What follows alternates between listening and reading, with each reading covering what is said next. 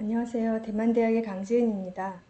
오늘 저는 다원화사회 지식인의 행동 모델에 대한 고찰, 퇴계 이황의 예라는 제목으로 발표를 진행하도록 하겠습니다. 예, 현대 다원화 사회에서 어떠한 지식인의 모습이 좀 필요할까를 퇴계 선생의 모습에서 참조해서 한번 고찰해 보도록 하겠습니다. 오늘 발표하는 요 PPT에 쓴 인용문은요, 큰 따옴표로만 표시를 하고요. 자세한 서지는 논문에 기재를 하였습니다. 도학선생이라는 말은요, 일반적으로 도덕의 이로운에만 밝고 실제의 세상 일에는 어두운 융통성 없는 사람을 비웃으면서 가리키는 말을 이렇게 도학선생이라고 합니다. 그런데 비웃는 의미에서 말고 긍정적 의미에서 떠올려 보는 역사 속의 도학선생이라면 아마도 일반인이라 할지라도 퇴계 이황 선생을 떠올리는 사람이 적지 않을 듯 합니다. 그런데 도학과 연관되는 이미지는 타협을 불허하는 강직한, 하지만 역시 융통성은 그다지 없는 그런 모습으로 이미지가 형성이 된 것 같습니다. 왜냐하면 자기 도에 대한 확신이 있는 사람이 그때그때 형편에 맞춰서 융통성을 발휘하는 태도를 갖기는 어려울 듯하기 때문입니다. 그런데 실제 퇴계 모습을 봤을 때 너무나 융통성 있는 모습에 놀라움을 갖게 될 수 있을 것 같습니다. 먼저 지식인의 연대에 대해서 한번 생각해 보겠습니다. 유럽에서 명사로서의 그 intellectual라는 이 명사로서의 지식인 용어의 최초 출현은 언제였는가 하면은 1894년 프랑스에서 일어난 드레피스 사건입니다. 유태계의 알프레드 드레피스 대위가 프랑스 군대의 기밀을 독일에 누설한 간첩 혐의로 종신형을 선고받았다가 지식인들의 지지에 의해서 그들의 개입에 의해서 1906년에 최종적으로 무죄 판결을 받고 명예를 완전히 회복하는 과정입니다. 지식인을 자처하는 문인, 예술가, 과학자, 법률가, 교수 등등이 드레피스 사건의 재심을 요구하는 성명서에 서명하면서 지식인 선언을 진행합니다. 드레피스 지지자를 가리키는 용어로서 지식인이 사용되었고요. 그 반대 진영에서는 이 용어가 아니라 개별적인 그런 직업의 이름을 사용하였습니다. 지식인이란 용어는 자신들의 통상적 직업활동 영역을 넘어서 진리와 정의 그리고 인권과 관련된 사안에 관심을 갖고 참여한 교육받은 자들을 가리켰습니다. 이들은 보편적 이념을 위해서 국가의 공식 기구가 내놓은 결정에 대해서 비판적 태도를 가졌습니다. 전문적인 지식인으로서 전문적인 지식을 가지고 개별적으로 활약하던 각 분야의 인사들이 정의롭지 않은 국가기구의 결정을 되돌리는 일을 연대하여 추진하면서 지식인으로서 사회의 전면에 출연하게 된 것입니다. 그렇다면 다원화하는 사회 속에서 지식인이 마땅한 사회적 역할을 수행 가능하도록 하기 위해서, 즉 지식인의 사회적 행위가 영향력을 발휘하도록 하기 위해서 지식인의 연대는 더욱더 필요해지는가, 이러한 주장을 하는 분들이 많이 있는 것으로 알고 있습니다. 그런데 조선시대의 16세기로 넘어와서요, 보편적 이념을 추구하면서 국가의 공식 기구가 결정한 사안에 대해서 비판적 태도로 연대하는 지식인의 모습이 그 당시에 우리 조선에서도 빈번하게 등장을 하였습니다. 예컨대 성균관 유생들이 전부 이 성균관을 떠나는 공관을 단행한다든지, 전국의 유학자들이 연명해서 조정의 상소를 올린다든지, 이러한 전통이 계속되어서 19세기 말에 이르러서 대규모 위정 척사 운동이 벌어진다든지 하는 것을 보면은요, 그 중에는 비록 정치적인 이권 다툼에 부안내동한 예도 많이 있긴 합니다. 그러나 그들의 본래 지향은 북송의 범중엄이 제출한 천하가 근심하기 전에 먼저 근심하고 천하가 즐거워한 다음에 즐거워한다라는 사대부 정신에 기반한 것이라고 할 수 있겠습니다. 16세기 초에 조선의 청년 지식인들이 사회에 대한 일정한 역할 수행을 위해서 함께 움직이기 시작하였습니다. 그런데 퇴계는 그들의 움직임에 대해서 긍정적으로 평가하지 않은 것으로 보입니다. 예컨대 을충년 1565년에 여름 문정왕후 사망 이후에 성균관 유생들은 보우를 처단할 것을 요구하면서 공관을 단행합니다. 또 영남 유생들은 도 전체에 통문하여서 대궐로 나아가서 상소를 하였습니다. 퇴계 선생은 이에 대해서 다음과 같이 비평을 합니다. 사람이 말할 것이 있으면 반드시 자기 자신이 상소하는 것이 옳다. 어찌해서 도 전체를 함께 통틀어 다 같이 대궐로 나아가는가. 통문하여 상소하는 것은 유자가 마땅히 할 바가 아니다. 그리고 이렇게 이야기를 합니다. 포의 선비로 말하자면 본래 간언의 책임은 없다. 그가 글을 올려서 시비를 논하는 것은 자신의 직분은 원래 아니지만 종사의 존망이나 오도의 성세에 관계되어서 의리상 말하지 않을 수 없는 일과 같은 것이라면 글을 올려서 시비를 논하는 것은 괜찮다. 그렇지만 들어주는 여부는 임금에게 달린 것이다. 다른 글에서도 이렇게 강요하는 것은 임금을 협박하는 것이 더 옳지 않다라는 그런 내용이 있습니다. 어찌하여 반드시 들어주어서 청하는 바가 꼭 이루어지기를 기약하는가? 지금 관학생도들은 일이 있을 때마다 반드시 글을 올리고 청한 바를 들어주지 않으면 다 같이 공관을 단행한다. 공관을 하여서 아직 들어주지 않았는데도 또 다 같이 관학으로 돌아온다. 관을 떠날 때에는 혹은 남보다 앞서지 못할까 걱정하고 돌아올 때에는 혹시 남보다 뒤처질까 걱정한다. 떠난 것도 올바른 도리가 아니고 돌아온 것도 명분이 없으니 이게 무슨 도리인가.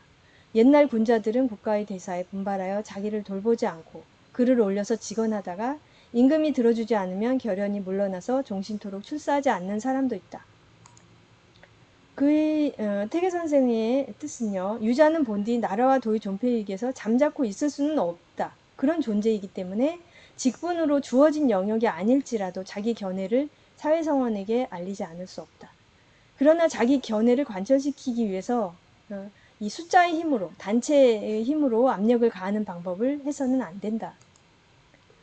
그들은 자신들의 주장을 기필코 관철시키지 않으면 안 될 듯이 공관을 단행을 했는데 이것이 관철되지 않은 상황에서 다 같이 앞다퉈서 공관을 또 철회해야 했다. 어떤 명분으로 이것이 설명이 가능할 것인가? 그런 비판이라고 생각됩니다. 그런데 여기에서 발견되는 것은요. 도에 합치하는 일은 반드시 관철시켜야 한다. 혹은 도에 합치하지 않는 일은 반드시 저지해야 한다라는 생각은 나타나지 않는 것으로 보입니다. 즉 태계 선생의 관건은 안건 자체에 있지 않은 것입니다. 그렇다면 마땅히 해야 할 일을 정하는 기준은 무엇일까요? 다시 한번 인용을 해보면은요. 처음에 과거에 응시하지 말자고 약속한 것은 잘못된 것이다. 그러나 이미 약속을 했다면 응시하지 않는 것이 옳다. 만약 약속한 유생들이 모두 응시하지 않는다면 거기에 참여하지 않은 사람도 혼자 응시해서는 안 된다. 전체가 다 과거에 응시하지 않으면 이것은 매우 유감스러운 일이긴 하지만은 해결 방법은 있죠. 시험 날짜를 조금 미루거나 보호가 죽거나 그런 일이 있다면 아마 거북할 일이 없이 해결이 될 것 같다. 그러면 여기에서 과거에 응시하지 말자는 약속 자체가 절대적으로 옳다. 그래서 반드시 해야 된다라는 생각은 없고요. 절대 옳지 않으니까 약속을 했건 말건 하면 안 된다라는 생각도 없습니다. 단체의 힘으로써 주장을 관철하는 행위 자체는 안 되지만 약속을 했다면 그것을 지켜야 된다. 그렇다면 여기에서 원칙을 따지지 말고 타인과 약속 잘 지키면서 원하지 않게 살자라는 그런 생각인가요? 그런 것 같진 않습니다. 왜냐하면 이런 말도 있거든요. 남의 착하지 못한 것을 보고 가엾게 여겨서 성내지 않는 것은 어떻습니까? 하니 선생은 그것도 한 가지 방법이 될 수 있지만 불인을 미워하는 것은 천하를 공공의 것으로 여기는 마음이다. 그러니까 불인을 미워해야 한다는 것이죠. 마땅히 두 가지를 아울러 행하는 것이 옳다. 라고 하였다는 세속의 아부하는 향원의 습성은 덕을 어지럽히는 것이다. 라는 발언을 자주 합니다. 그런데 퇴계는 또 한편으로는 다른 사람이 이목을 고려해서 중요한 결정을 하는 모습도 자주 보이고 있습니다. 이렇게 모순되는 듯한 그의 여러 발언들은 과연 무엇을 의미하는 것일까요? 타인의 눈을 굉장히 의식하는 것 같습니다. 왜냐하면 이렇게 말을 하였습니다. 만일 학문을 하는 자가 남의 평가나 영욕을 두려워한다면 자립할 수 없을 것이다.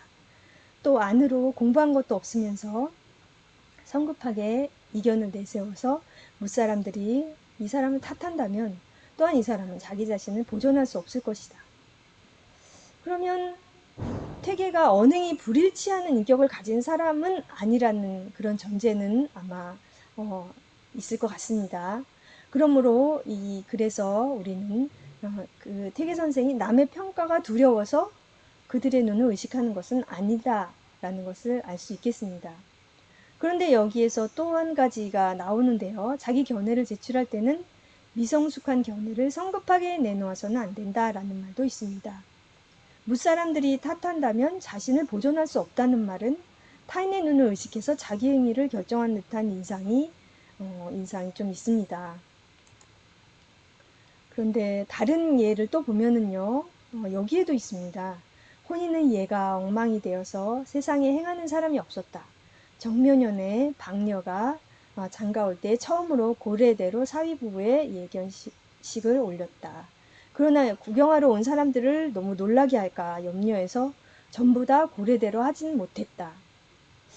그렇다면은 퇴계는 혼례가 예에 맞게 행해지지 않는 현실의 문제의식을 가지고 그렇기 때문에 고래대로 진행하고자 하면서도 주위 사람들이 받아들이기 어려울 듯한 부분은 제외하였습니다. 그렇다면 이것은 고래의 방식이 옳다고 생각하면서도 일반 사람들에게 위화감을 주는 것보다는 차라리 예를 부분적으로 포기하자, 이러한 선택이라고 보여집니다. 그리고 또 이런 이야기가 있죠. 모든 일은 가래를 참고하고 동시에 지금 세속에 통행하는 방식을 물어서 하되 힘쓰고 조심해서 남에게 말 듣는 일이 없게 하는 것이 가장 좋다. 남에게 말 듣는 일이 그렇게 중요했을까요? 왜냐하면 지금 서울 사대부의 상례가 전부 예에 합치하는 것은 아니지만 그래도 볼만한 것이 많다. 너희들이 만일 고래에 미치지 못하면서 또 지금 사람의 말을 듣는다면 어떻게 자신을 확립할 수 있겠는가? 이거는 자제들에게 남긴 말입니다. 퇴계는 어째서 자제들에게 예를 완벽하게 익혀서 철저히 시행해서 자신의 마음에 부끄러움이 없이 하면 된다라고 하지 않고 문헌 고찰과 함께 당시 사람들의 방식을 살피라고 하고 또 사람들에게 말을 듣지 않도록 유의하라고 이렇게 한 것일까요? 저는 이렇게 분석을 하였습니다. 퇴계에게 있어서 당시의 사람들, 즉 서울 사대부들이란 혹 자신과 생각이 다를 수는 있지만 나름의 판단과 사고의 잣대, 즉 나름대로의 도를 가진 이들이라고 이렇게 판단하고 있다고 생각합니다. 그러므로 이들의 판단을 무시한다면, 완전히 무시한다면 누군가 불행한 삶을 보내게 될 가능성이 있다라는 그런 생각이 아닐까요? 왜냐하면 이런 발언이 있기 때문에 제가 이렇게 추정을 하였습니다. 옛날 어떤 사람이 상중에 병이 나서 여종을 시켜서 탕약을 나르게 했는데 이런 행위로 인해서 불근했다라는 오명을 얻어서 평생 고루했다. 혐의를 분별하는 일은 엄하게 하지 않을 수 없는 것이다. 여기서 보면은 참 이상한 게요. 퇴계 선생은 이 사람이 상중의 도리를 지키지 않았다는 게 진짜인가? 아닌가? 전혀 퇴계의 중점이 아닙니다. 그가 이 오명 때문에 불우한 생을 보냈다. 이것이 중점입니다. 이러한 사실 때문에 혐의를 분별하는 일이 중요하다는 것이죠. 설령 당사자가 부끄러움 없는 떳떳한 입장이 있을지라도 그는 주위의 오해로 인해서 불우해질 가능성이 있는 그런 사회였죠. 조선 사회가. 그래서 그렇다면 일반적이라는 말이 좀 모호하긴 하지만요. 그냥 일반적인 일반인들이 상상하게 되는 그런 도학자라면은 잘 알지도 못하면서 남의 말을 많이 하는 이런 무사람들이 잘못됐다 이러면서 나 자신이 양심에 비추어서 부끄러운 짓을 하지 않았다면 남의 이목을 신경 쓸 것이 못 된다. 이렇게 말할 수도 있겠죠. 실제로 남령 조식 같은 사람은 아마 이랬을 것입니다. 그래서 조식은 퇴계에 이렇게 지나치게 조심하는 태도를 우습게 여기기도 했다고 합니다.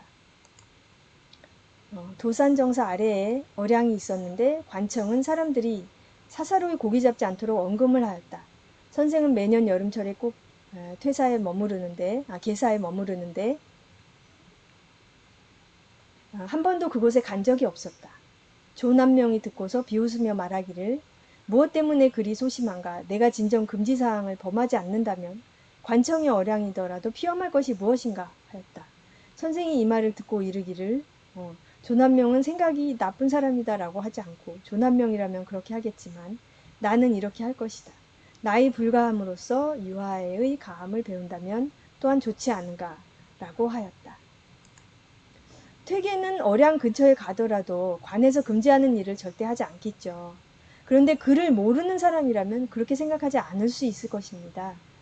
퇴계는 타인의 비방이 두렵다기보다는 그 사람의 눈으로 볼 때는 그렇게 보일 수 있고 또 그것은 당연한 것이라고 생각한 것이 아닐까요?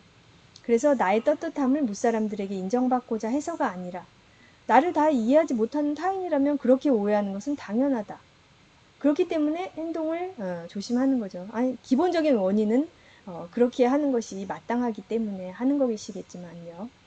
그래서 이렇게 조심하는 것이 단지 정적들에게 흠잡힐 일을 하지 않으려는 단속이었다라는 오해도 있을 수 있겠지만 그런 사람이라면 아래와 같은 말은 하지 않았을 것이라고 생각됩니다. 뭐냐면요.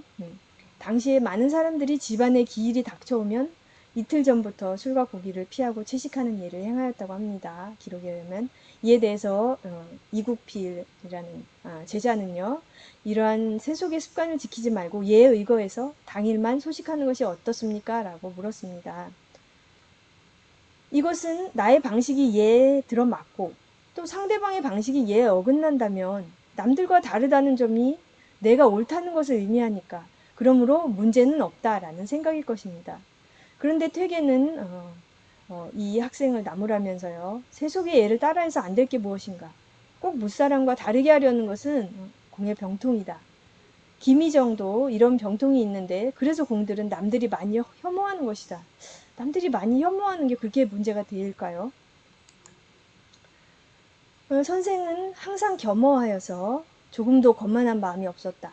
돌을 분명히 보았음에도 보지 못한 것처럼 바라보고 또 덕이 높았음에도 그렇지 못한 것처럼 부족해하고 향상하려는 마음은 끝까지 한결같았다. 일찍이 자기 확신이 너무 지나친 사람을 보고서는 아주 깊이 그것을 그르다고 하고 그 일로서 경계로 삼았다. 이것은 김성일의 기록입니다.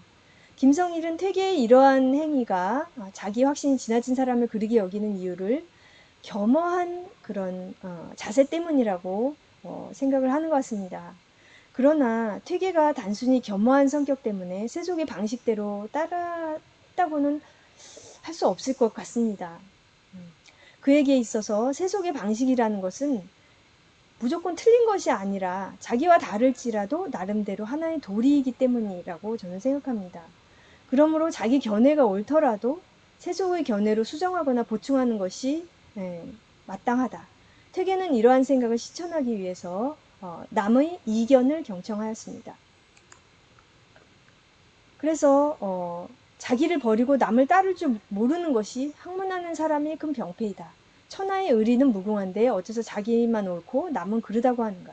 뭐 천하의 의리는 무궁하다 이런 말은 너무나 많은 조선시대 학자들이 썼고요. 다 자기의 생각을 변호하기 위해서 하는 말이었지만 퇴계는 남을 그르다고 하는 것이 잘못된 것이다 라는 말을 하기 위해서 천하의 의리는 무궁하다라고 합니다.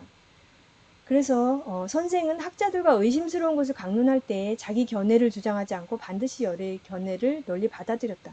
사실은 이런 태도는 가짜로 겸손함을 이렇게 하는 사람도 할 수 있는 일이라고 생각됩니다. 그런데 그는 비록 장구만 익힌 비속한 선비의 말이더라도 유의해서 듣고 마음을 비워서 이해하였고 최후에 어떤 식으로 했냐면 반복해서 참고하고 계속 고쳐서 마침내 최종적으로 끝내는 바른 곳으로 귀결한 뒤에야 그만두었다. 논변할 때에는 기운이 온화하여서도 말은 막힘이 없고 이치가 밝고 뜻이 올바라서 비록 여러 의견이 다투어 일어났더라도 엇갈려서 뒤섞이지 않았다. 말은 반드시 상대방이 먼저 말이 다 끝나기를 기다린 뒤에 천천히 한마디로 막힘없이 분석을 했습니다. 그러나 반드시 자신이 옳다고 하지 않고 내 소견은 이와 같은데 어떨지 모르겠다 라고만 말을 하였다고 합니다. 퇴계는 타인의 눈을 두려워한 것이 아니라 천하에 존재하는 다양한 타인의 눈으로 자기 생각을 관찰하면서 자기의 오류를 수정하고자 한 것이라고 생각합니다. 타인의 말을 경청하는 것이 단지 겉모습으로 겸손한 게 좀 보여야겠다라는 것이 아니고 자기 오류를 수정하기 위한 필사적인 노력 중에 하나가 타인의 눈으로 자기를 관찰하는 것이라고 생각이 듭니다. 퇴계는 평소에 무슨 말을 했냐면요. 사람은 잘못을 저지를 수는 있지만 잘못을 고칠 수 있다면 훌륭한 사람으로 변모하는 것이다. 라고 자제들을 교육했습니다. 잘못을 고치면 그래도 우리는 그 사람의 잘못을 끝까지 생각하고 너는 잘못을 저지른 사람이다 라고 하기 쉬운데요. 그런데 잘못을 고치면 훌륭한 사람으로 변모한다 라고 하였습니다. 그리고 참된 강직과 참된 용기는 기세를 올려서 억서를 하는 데 있지 않고 허물을 고침에 인색하지 않고 의의를 들으면 즉시 따르는 데 있다. 이것은 겸손함이라기보다는 어떠한 연구에 대한 자세, 인생에 대한 자세라는 생각이 듭니다. 그래서 자신의 도에 대한 지나친 확신, 자기 도를 믿고서 상대방의 잘못을 배척하는 행위를 자주 비판하는 것을 볼 수 있습니다. 그런데 다시 이제 이 부분에서는요, 도학이 무엇인가, 도는 무엇인가 라는 것을 조금 생각해 보겠습니다. 저의 생각을 제출하는 것이 아니고요. 예전에 출연했던 어떠한 사람의 학설을 여기 한번 소개하고자 합니다. 유학, 특히 조선시대의 통치 이데올로기였던 주자학은 도학이라고 부르죠. 근데 대체로 도를 분명히 하는 학문으로 자임한 명명이라고 할 수 있을 것입니다. 그런데 1947년에 마루야마 마사오, 일본 학자인 마루야마 마사오는요, 그 전에 이 계몽사상가 19세기 중후반, 20세기 초에 후쿠자와 요키치가 유학을 비판했던 내용을 검토하면서 그는 동양의 도학에 대한 참신한 견해를 제출하였습니다. 그것은 이러한 내용인데요. 이것은 후쿠자와의 실학의 의미에 대해서 새로운 정의를 하는 그러한 논문에서 이러한 발표를 하였습니다. 1947년이었는데요. 자연과 사회, 자연 법칙과 인간적 규범과의 사이에 명확한 선이 그어지지 않고 오히려 역으로 어떤 근원적인 공통성이 전제되어 있는 것이 동양적인 도학의 특징이라고 하였습니다. 양자는 뭔가 본래적으로 하나인 것의 현상적인 분화의 다름이 아니다. 사회 질서와 자연계의 상호적인 보강은 이 양자의 기저에 있는 근원적인 것의 매개에 의해 가능하게 되는 것이다. 이것이 곧 도라고 불리는 것이다. 자연에 행해지는 도, 즉 천도와 인도와의 본질적인 동일성의 의식이 계층적인 사회관계의 지주이며 그렇기에 그러한 사회관계하에 탄생하는 학문은 필연적으로 도학이지 않을 수 없는 것이다. 조금 알 것 같으면서도 약간 모호한 내용일 수 있을 것 같습니다. 여기서 다시 그렇게 말하게 된 이유를 보면은요, 주자학에서 태극에 주목한 것입니다. 태극, 리라는 것은 천인 합의를 근거가 되고 태극에 의해서 인간과 사회와 자연이 한 줄기로 관통된다. 그러므로 자연 법칙이 사회 법칙이다. 천도와 인도가 동일하다. 동양의 도학에서는 그것이 바로 그들의 존재 방식이 된다라는 것이죠.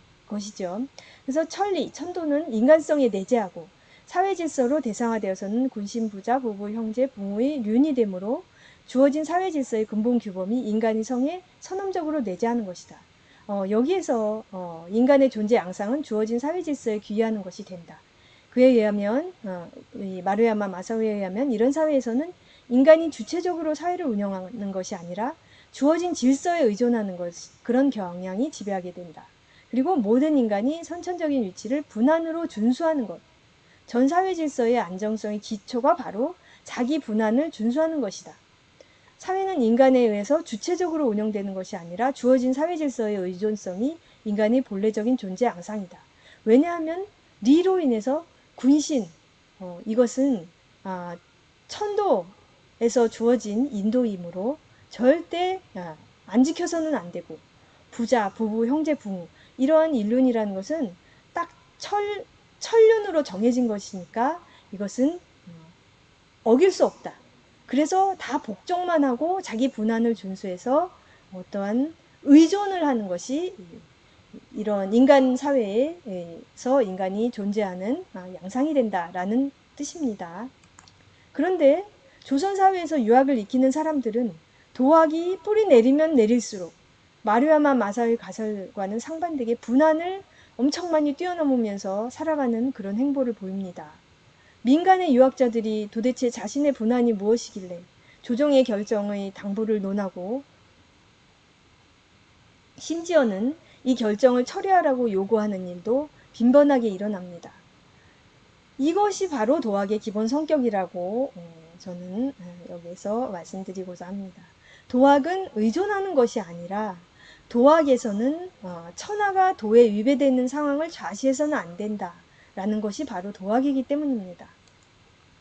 퇴계의 말을 다시 상기해 보면은요, 포의 선비는 간언의 책임은 원래 없습니다. 그에게 주어진 분한은 국가의 정책에 대해서 논하는 것이 분한이 아닙니다. 그러나 이렇게 그들의 직분은 아니지만 나라와 도에 관계되는 일은 분한을 뛰어넘더라도 의리상 말해야 한다는 것이 생각입니다. 그래서 민간의 유학자들은 이 도에 위배된다는 이유를 들어서 고위 관료들의 결정에 이의를 제출하고, 또 조선시대 사대부 관료들은 이 도에 위배된다는 이유를 들어서 국왕의 지위를 박탈하기도 하였습니다. 그래서 중종시대에 이러한 불만은 굉장히 다른 시대도 많지만요. 중종시대 이후에. 근데 중종실록에 이런 글을 한번 인용해 보았습니다. 포의 신분이면서 국정의 득실을 논하고 하급 관리이면서 관장의 시비를 따져서 공론이라는 이름으로 고위 관리들을 견제한다. 이 때문에 대간임에도 불구하고 그 직임을 행하지 못하고 재상임에도 불구하고 그 본래 직무를 수행할 수 없다. 관리들은 이런 불만을 빈번하게 내놓았습니다. 포의 신분이면서 국정의 득실을 논하는 일은 도학이 널리 보급된 조선사회에서는 자주 발생한 일이었습니다. 그런데 무사계층이 통치를 담당했고, 따라서 유학은 보급도 시행도 거의 되지 않았던 근세 일본, 도쿠가와 시대라고도 하죠. 이 사회에서는 좀처럼 찾아볼 수 없는 일이었습니다. 그런데 19세기 후반에 이르면 일본에도 새로운 현상이 출현하게 되는데요. 1882년 전후에 이런 현상이 생겨났다고 합니다. 자제들이 품행이 점점 경박해져서 부영의 말을 듣지 않고 선배 연장자의 경계를 돌아보지 않으며, 심하게는 약관의 몸으로 국가의 정치를 논하고 툭하면 윗사람에게 거역하는 기풍이 풍미하게 되었다. 이러한 기풍을 단지 젊은이들의 품행의 문제를 여기고 유학교육을 통해서 제어하자는 주장도 등장하게 되었는데요. 후쿠자와 유키치는 이러한 기풍이야말로 정치성이 농후한 유학이라는 가르침이 가져온 폐해다 라고 인식을 하고요. 유학의 맹렬한 비판을 가하였는데, 후쿠자와의 이러한 인식은 역사적 사실에 매우 가까운 것으로 보입니다. 상세한 논의는요, 제가 다른 원고를 통해서 좀 발표를 하였습니다. 2020년에 발표한 논문을 참조하실 수 있습니다. 그런데 1603년에 출범한 이 도쿠가와 무사 정권 아래에서 왜 유학이 후반기에 가서 성행하게 되었는가 하면은 150년 이상 평화가 계속되는 가운데 유학이 일본 무사의 교양으로서 보급되기 시작하였기 때문입니다. 유학은 18세기 후반부터 여러 학문 중의 하나로 교육되기 시작하면서 19세기에 이르러서는 유학을 학문적 소양의 일부분으로 갖춘 무사들이 대거 등장하게 되었습니다. 그래서 메이지 시대에 이르러서는 여러 방면에서 활약하는 지식인들 중에 유학적 배경을 지닌 사람들이 매우 많았습니다. 그래서 메이지 시대에는요, 메이지 시대 지식인은 두 다리로 서 있다. 한 다리는 서양의 학문이고 한 다리는 한학이다 라는 말도 있었습니다. 그래서 사무라이라는 존재는 예전에 그 도쿠가와 시대에는요, 평상시 무예를 연마하다가 전투 상황이 생기면 주군의 명령에 절대 복종하는 사람들이었습니다.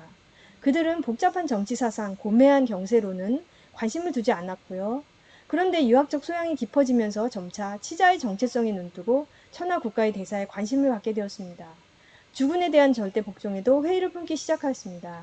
이것은 2014년 박훈의 메이지 유신은 어떻게 성공하였는가라는 그런 책에서 이러한 내용을 제출하였는데요.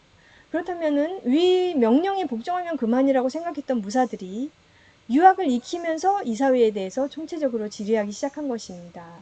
마루야마의 말처럼 유학으로 인해서 주어진 환경에 의존하게 된 것이 아니라 오히려 주어진 환경이 과연 무엇인지 분석하고 또 그러한 상황에 대해서 회의하기 시작한 것이죠. 그러면 다시 도학의 세계를 돌아보면요, 진정한 도학의 세계에서는 도가 모든 것을 상위에 위치합니다. 그래서 군주가 이 도를 가지고 아랫사람을 압박하는 것이 아니고, 군주라고 할지라도 도에 위배되는 언행을 하면 유학자는 강직하게 간언을 해야 하고, 또 끝내 도를 버린 군주라면 그의 왕위를 박탈하더라도 이 사회에서는 정당하지 않다고 하지 않습니다. 그래서 도학이 통치 이데올로기인 사회에서는 무도한 군주나 무도한 침략을 물리치는 일은 도 아래에 있는, 즉 천하의 모든 사람이 반대할 명분이 없는 것이죠. 유학자들이 도에 대한 확신은 주어진 위계 질서에 복종하는 성향보다는 도를 기준으로 위계 질서를 뛰어넘는 성향이 출현할 가능성이 더 클 것입니다. 도의 눈으로 세상을 보아서 이것에 위배되는 상황을 해결해 가는 것입니다. 그런데 마루야마는 왜 도학 위주 사회에서 인간은 도로 인해 생겨난 계층적인 사회관계 속에서 사회에 속박되고 또 사회는 자연에 속박되어서 주어진 환경을 의존하는 형태로만 존재하게 된다.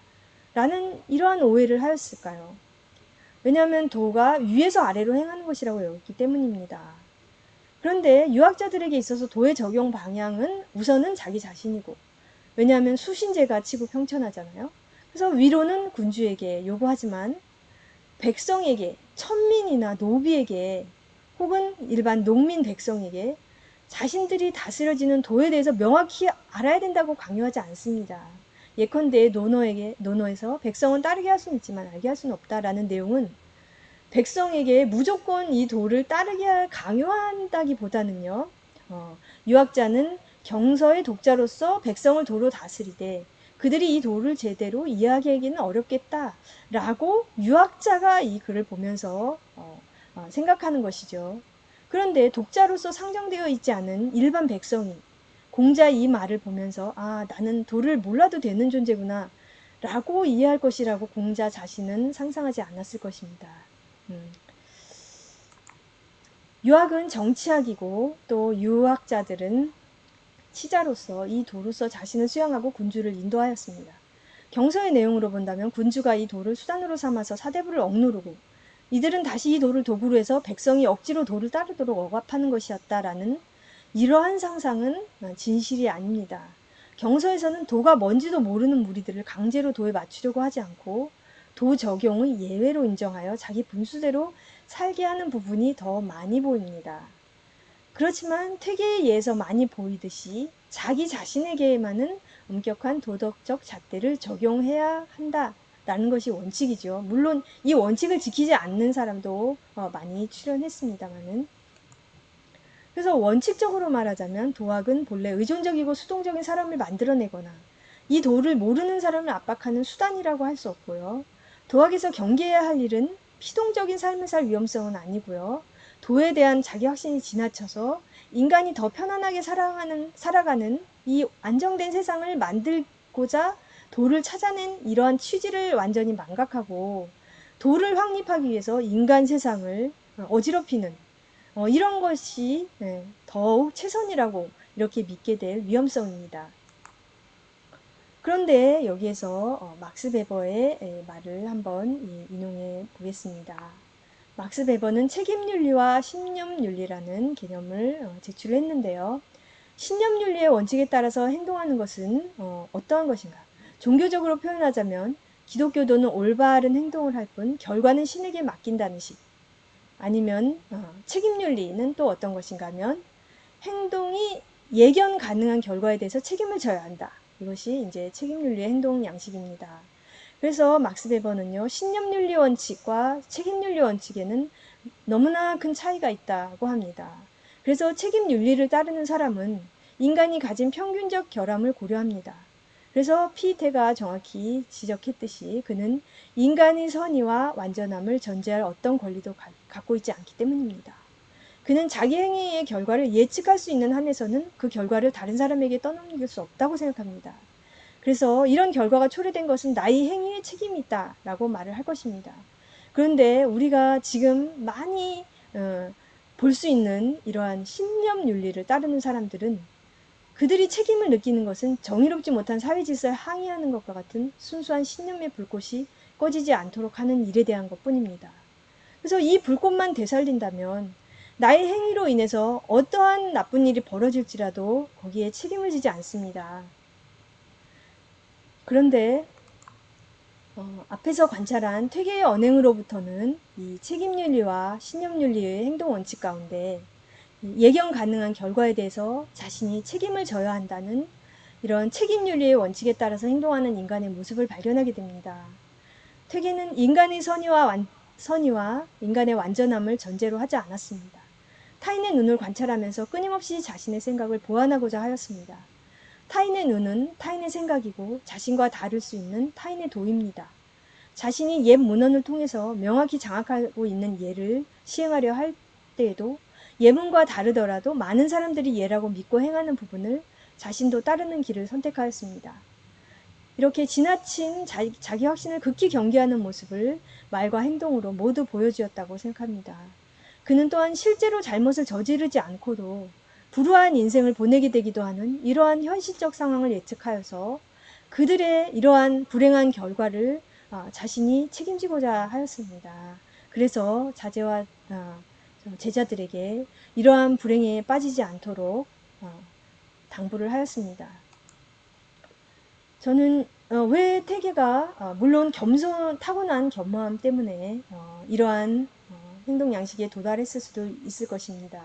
그런데 어떠한 객관적인 원인을 한번 찾아본다면요, 청년 시절에 일어난 조광조의 활동과 최후를 회고해 보면서 퇴계가 그 시대에서 교훈을 얻어서 이렇게 자신의 행동 양식을 결정했던 것이 아닌가라고 생각합니다.